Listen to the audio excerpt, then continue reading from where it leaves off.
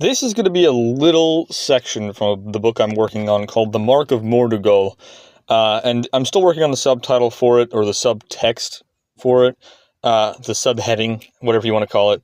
But this is Chapter 1, Autumn Skies. This is a very rough draft, and I'm just putting it out there to get you guys' thoughts, opinions, and feelings about this, and see how you think it's going to turn out, and whether or not you like the style of the writing. Now, this is not going to stay the same. It's going to kind of go through a very long editing process in which I'll make it more, ethereal and meaningful, and I'll have a lot more flowy, specific language. But this is to kind of jot down the general vibe of the scene that I want to have come across. So let's go ahead and get into this. Chapter 1, Autumn Skies. In the little town of no great renown, the Harrow, a time was drawing near for giving thanks through celebration. The leaves had turned a ruddy orange colour, and the winds sifted through the thickets and thistles and branches, and whispered some soft song through the air. There sat a small hole-in-the-wall house in the side of a hill, propped up on thin pylons above where the leaves collected and sprinkled the soft ground with an array of orange hues. It had but one entrance, and it was Sutor's Font. After climbing up some small and uneven steps, one would find themselves at the foot of the door. It was tall and thin and painted with a deep brown colour. It had a small window sitting right in the middle, by which one could peer out and see the world beyond. On either side sat lanterns that would be alight at night and out during day. It had a small brass knob that lay left-hand side and swung outward so as not to brush dust inside by accident.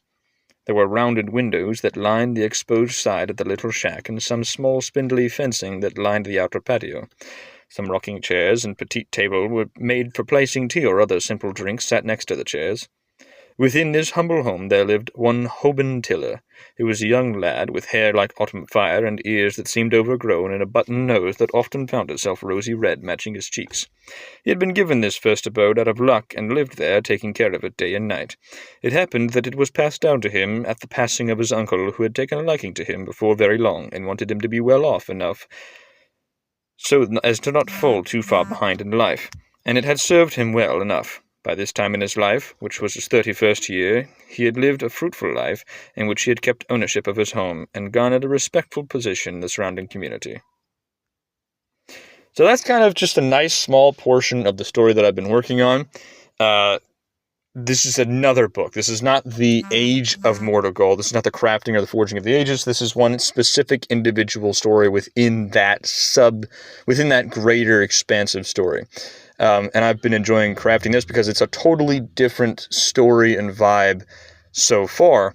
But I wanted to get you guys' thoughts on whether or not you like this, kind of like the opening, and I'm going to read some more of it once I get some more typed out, and let me know what you